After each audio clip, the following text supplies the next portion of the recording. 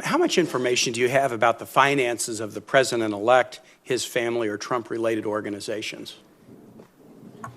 I don't have any of that information, Senator. So I take it that you won't have any way of knowing, when asked by the president to take official action in your capacity as secretary, how those actions might affect his personal financial situation. I'm not sure I could comment on that. And this isn't theoretical. He owns a university. I think it's relevant to assessing the wisdom of an education policy proposal to know how that proposal might affect the president's personal finances. Do you disagree with me? Well, I think the president-elect has taken steps to ensure. Can I ask, do you disagree with me? Is it? Can you state your question again? I think it's relevant to assessing the wisdom of an education policy proposal to know how the proposal might affect the president's personal finances. Do you disagree with me? I don't disagree with you. Okay, thank you.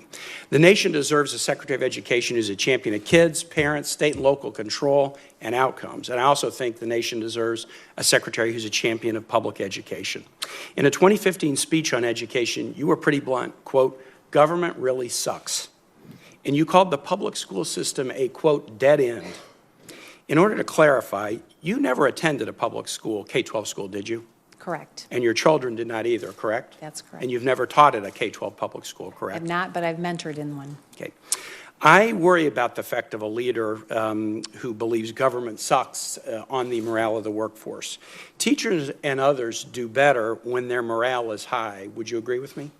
Absolutely, and I support great teachers. And the attitude of a leader of an organization matters a lot to the morale of the workforce. Would you agree with me on that? Absolutely, and just with reference to the quote that you know, made. I would like to introduce that for the record. I don't have other questions about it, and I have a very limited amount of time. I want to move on to another quote. You and your husband spoke at a conference a number of years ago, and your husband said, this was not attributed to you, but you were together at the conference, if what I read is correct. The church has been displaced by the public school as the center for activity, the center of what goes on in the community. Thomas Jefferson didn't view public education as contrary to or competitive with church or religion. Do you? I do not. Do you think that schools that receive K-12 schools that receive government funding should meet the same accountability standards, outcome standards? All schools that receive public funding should be accountable, yes. Should meet the same accountability standards?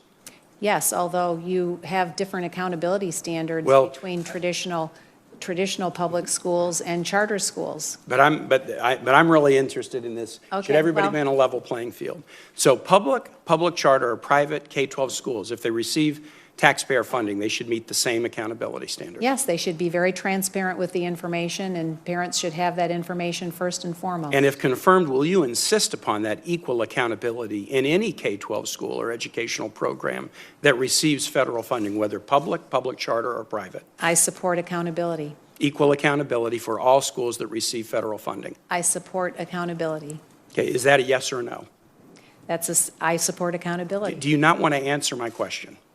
I support accountability. Okay, let me ask you this. I think all schools that receive taxpayer funding should be equally accountable. Do you agree with me or not? Well, they don't. They're not today. But I think they should. Do you agree with me or not? Well, no, because... You don't agree with me. Let me move to my next question. Should all K-12 schools receiving governmental funding be required to meet the requirements of the Individuals with Disabilities Education Act? I think they already are. Okay, but I'm asking you a should question, whether they are or not. We'll get into that later. Should all schools that receive taxpayer funding be required to meet the requirements of the Individuals with Disabilities in Education? I think that is a matter that's best left to the states. So some states might be good to kids with disabilities, and other states might not be so good, and then what, people could just move around the country if they don't like how their kids are being treated? I think that's an issue that's best left to the states. What about the federal requirement? It's a federal law, the Individuals with Disabilities Education Act.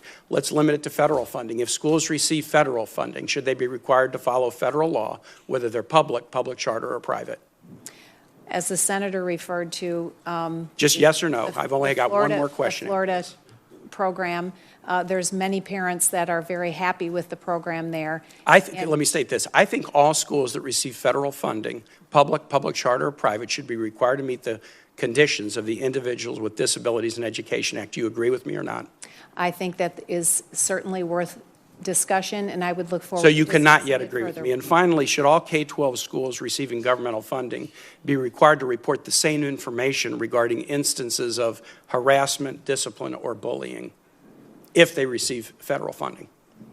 I think that federal funding certainly comes with strings attached. I think all such schools should be required to report equally information about discipline, harassment, or bullying. Do you agree with me or not? I would look forward to reviewing that provision.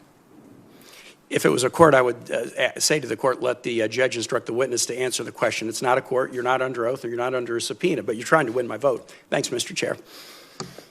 Thanks, Senator Kaine. Senator Murkowski.